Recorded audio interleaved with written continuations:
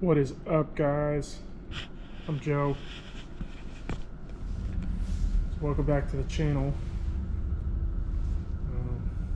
Today we're going to be looking at a lot of bikes back here. A lot of things to look at. All right. Today we're going to be focusing on this thing. You'll have to excuse the mess. This was the quietest place that I could find to look over this bike. But this bad boy right here is the LiveWire S2 Del Mar. So we're going to go over some cool little features and design things that I enjoy. Do a short little walk around, then I'm going to go ride it, give you my opinion. This is my first review video, so it may not come out exactly how I want, but you know, we'll see. So again, it's a LiveWire Del Mar. I don't know if you can see that. Beautiful blue color. I'm not exactly sure what the name of this color was called, but you can see beautiful color. Kind of reminds me of the Legend blue that Harley-Davidson came out with in 2018 as an anniversary color for the 115th anniversary.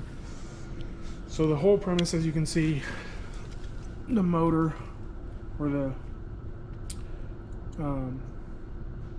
RES, I think is what they call it. I'll have to look up what RES stands for. But pretty aggressive front wheels, front tires. Really cool on these.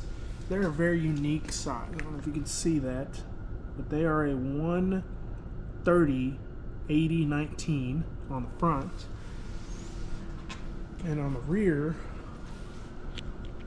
we have got, oh man, so let's see if we can zoom in there. That is a 140/80/19. So very unique 19-inch front and rear wheels.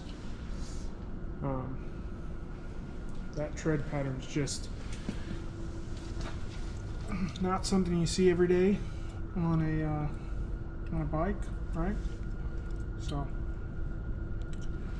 obviously this is a electric motorcycle, so you can kind of see there all your orange wires on this bike are going to denote high voltage, proceed with caution kind of thing going on.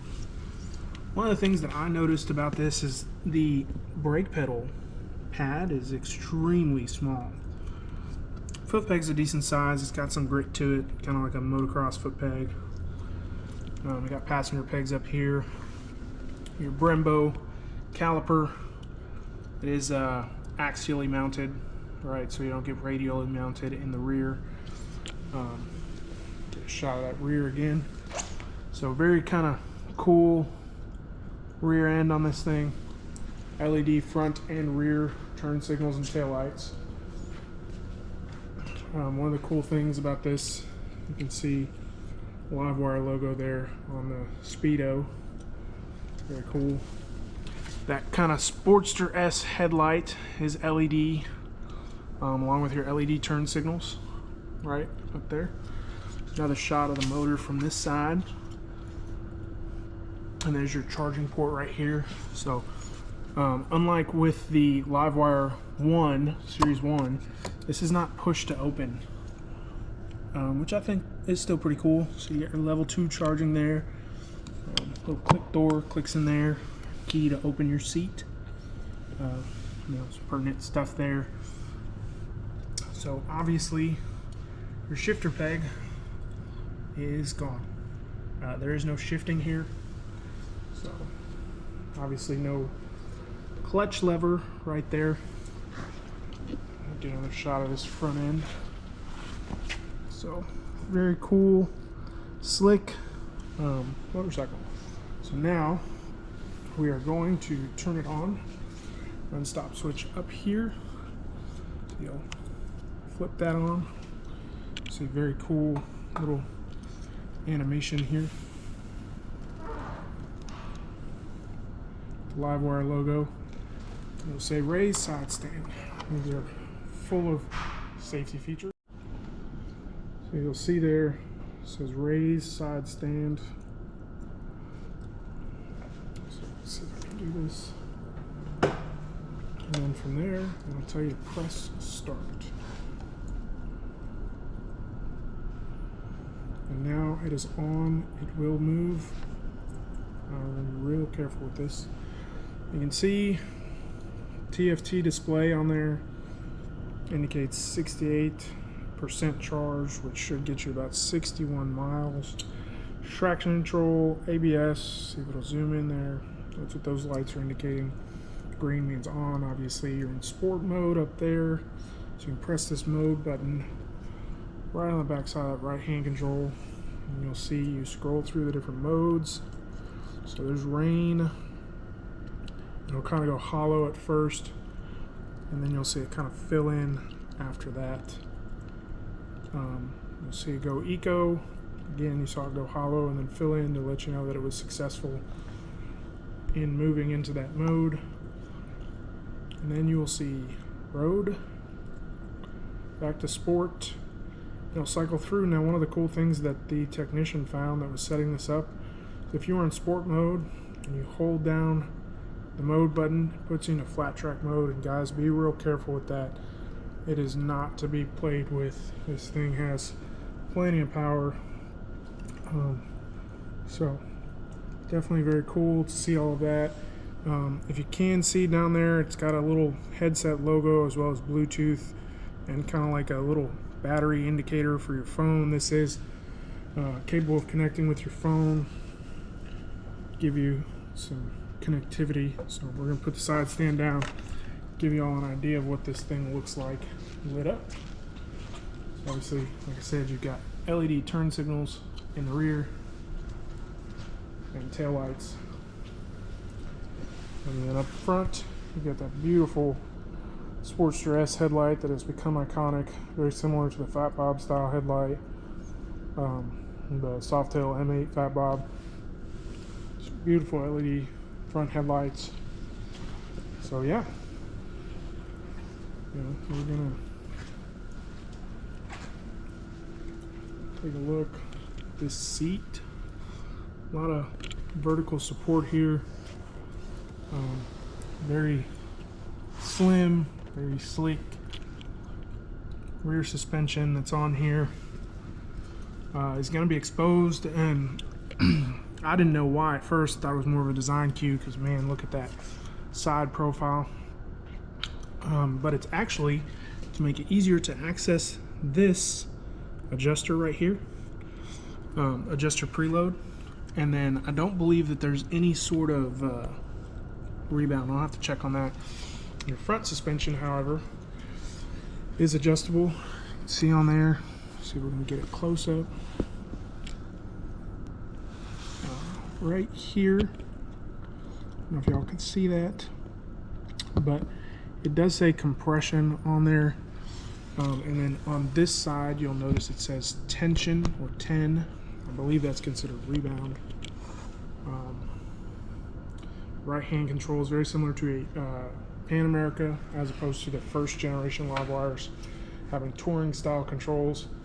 One of the things that I did want to point out while I'm in this area, you see you've got your reflectors on here for DOT. You've got very small LiveWire logo inside that, as well as right here in the center of that headlight.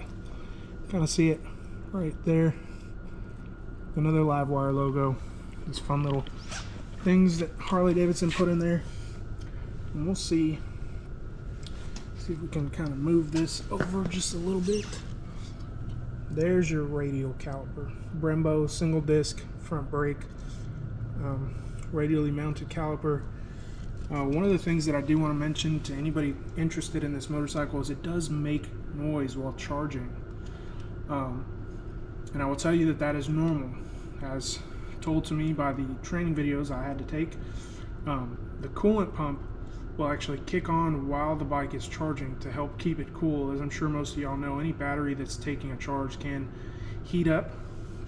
So on this particular bike, with that battery slash res when it's charging, that box right there is full of control panels, control modules and whatnot, hence that great big orange triangle, yellow, orange, whatever you want to call it.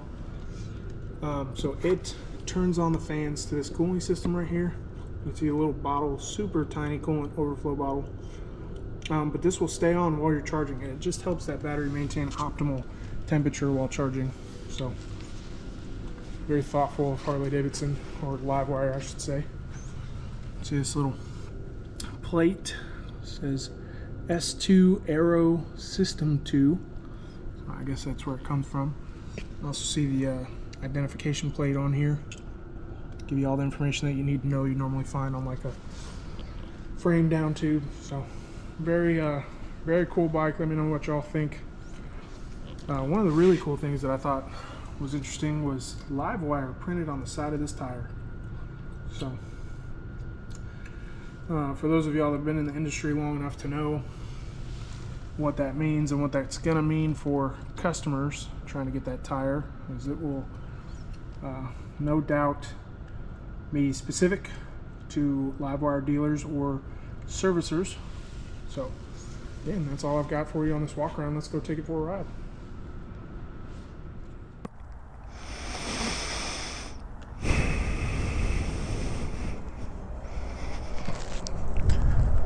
Sorry if you can't hear me. I know this bike's kind of loud. Hey, so here I am on the Del Mar. This thing is super cool. I really like it. Oh, I went to go shift, guys. You can't shift on this bike. Super de duper cool. So, we're gonna do a little quick little jolt. Probably just a lot shorter than I would take a regular bike for a test ride. It is so weird because not only can I not hear anything, I can't hear the motorcycle. So this is the LiveWire S2 Del Mar S2 DM. It is an electric motorcycle. Look them up. They're super cool. I didn't get a chance to ride one when I was in Milwaukee, but they were doing test rides, so I thought that was really cool. Man, it is surreal to not, like, it's like being on a bicycle with an absurd amount of power. So I'm gonna try to be easy and take it slow, and hopefully this guy's being honest about him turning. Man, this thing's super cool. So again, no shifting, which is very weird because you know, you get to a certain speed and you feel like you need to shift. That is not the case with this motorcycle. That would take some getting used to for me. I will tell you that it is very narrow. The seat is, in my opinion, the seat could it leaves a little bit to be desired. You know, when you're talking about like comfort, that's not the first word that comes to mind when I sit down on this motorcycle. One cool feature that I've probably talked about before is the flat track mode. I don't think that I'm going to try it right now. I'm in rain mode, if y'all can see that. I'm in rain mode because I remember the LiveWire and even the Pan Americas first came out, and in some sort of video I remember them saying, have your customers start out in rain mode on the test ride, because you know, human nature, especially those of us that like to enjoy two wheels, you know, you're gonna want to get on it and see what it's made of. And if you're not in rain mode, these things can get away from you pretty quickly, right? So we're talking like super quick. So I'm gonna stop and go. No, I guess I need to keep going and just go around a little bit longer. So yeah, super nimble. And my technician was like, oh yeah, it's because it's a small, really super small contact patch. And I think that has a lot to do with it. You know, these are 140 millimeter wide. Not thrilled with the idea that you're going to have to look for a very specific tire size that is not used by just about anything I can think of uses that size besides this bike and maybe some flat track bikes. The other thing I noticed was having those live wires on the sidewall, the name LiveWire on the sidewall, just like with anything else in this world, putting a name brand on something makes it that much more expensive. And so you begin to wonder how much of these tires are going to be. One thing to consider on this is that if you look at LiveWire's website, it does tell you that level 2 charging for this thing can get you from 20 to 80% in about 76 minutes. 0 to 100 would be closer to 145, I think it was like 143, which I thought was very weird. You're only talking 40% more, 20 on either side of that first range, 80 to 20. So if you're going from 0, completely dead bike, which, let's be real, if you're taking this bike out, they're depending on your usage, there's a good chance that you're at 0. So you get it to a charger, a level 2 charger, and it's going to take over 2 hours to get you to 100%.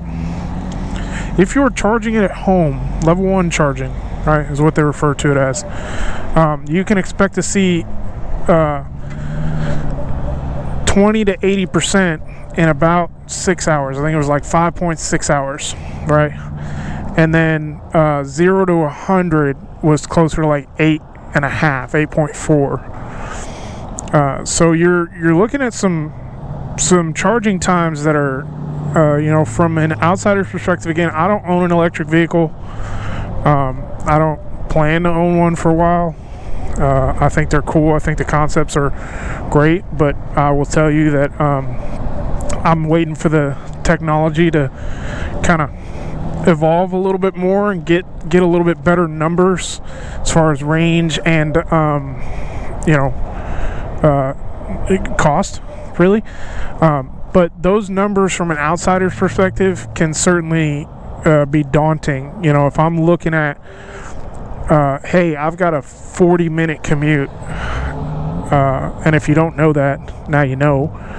I've got a 40-minute commute, right? If you're looking at maps, that's 38 miles of some sort, something weird like that. 38 miles. And so looking at the range for a sustained 55 miles an hour for this thing, I'm going to have to charge it at work. And if I need 6 hours to get there with level 1 charging, I've got to hope that my workday isn't cut short by something. I've got to hope that nothing happens with the electrical system that I'm using to charge the bike. And so, there's a lot of uncertainties that would make it really uneasy for me to own this motorcycle as a primary means of transportation, or even a secondary means of transportation. This would be something that I'd like to trailer to the start of a scenic route, and then go from there and ride a little bit, and then put it back on the trailer and go home. And to me, that's not where I'm at in my life, and I don't know that there's honestly a lot of people that want to use their motorcycle only for riding a specific route and then putting it back on a trailer, or whatever it may be. I don't know that that's reasonable to expect the customer to be in a position to want to do. So there's things to consider when looking at this motorcycle, but now that I'm back up to speed, I will tell you that this thing is so much fun. When the LiveWires first came out, I coined the phrase, and I didn't really coin the phrase, but I used to use the phrase so often that it almost became a catchphrase. It is like the most fun that you can have with your clothes on. I will tell you what, right now, this thing is a blast to use. It is so fun. It is so light, so nimble. I'd be hard pressed to find somebody who will not enjoy this bike. But on that note, I'd also be hard pressed to find somebody who'd pull the trigger on it. In my opinion, with all of the potential drawbacks of charging and the cost and all of that stuff, you know, yes, you've got adjustable suspension, you've got power out the wazoo, but is it reasonable for anybody? Probably not. You're not looking for a commuter. You're not looking for a work truck or a family car or something like that, something that makes sense for what it is.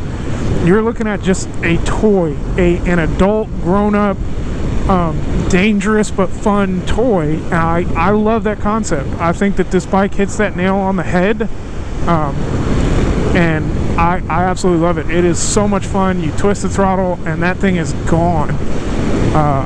I think that, you know, that's super cool to consider. You know, we're at a time where we can look to a company to produce a really big toy. You know, it's like a Power Wheels on steroids. So we're gonna go ahead and put that in road mode now, and we should get a little bit better throttle response. I'm not saying it's going to be excellent. We are going to try to set the cruise is off, so now we're going to set it, and we're going to fix this mirror over here because I can't see anything. Then we're going to turn off cruise, and we're gonna go, man. We're gonna go, and then we're gonna slow down because, again, this is not my motorcycle. I want to be respectful of that, be mindful of that. Overall, short trip. I'd love to do a longer review video on this, but I can't because I don't own one. So with the time that I spent on it, I would recommend it. If you've got an extra 16 grand laying around and you're looking for something to spend it on, man, you can certainly do a lot worse than a Del Mar from LiveWire. I think it's just really fun. We're going to go into sport mode. You can immediately feel that the engine braking, or the simulated engine braking that this thing has, is a lot, right? So before, in rain mode or even road mode, like, you let off the throttle and it would just kind of like stop accelerating. Well, now, and hopefully you can see that, when you let off the throttle in S mode or sport mode, this thing dives forward, and it almost starts decelerating. It almost starts braking. So there's your differences on the ride modes. There's a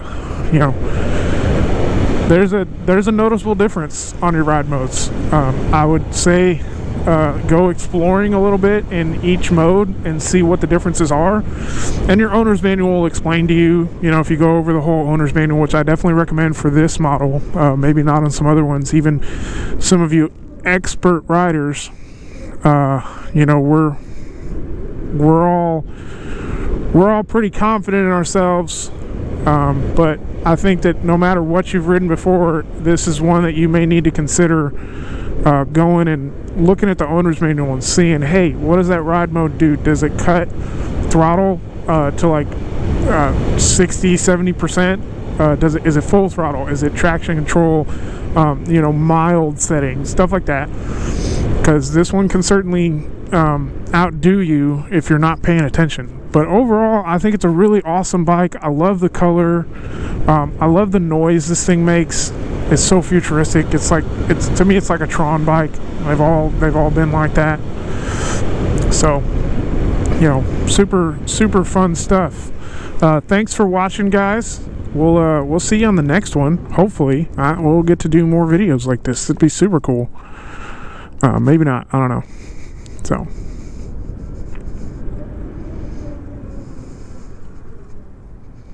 Whoa.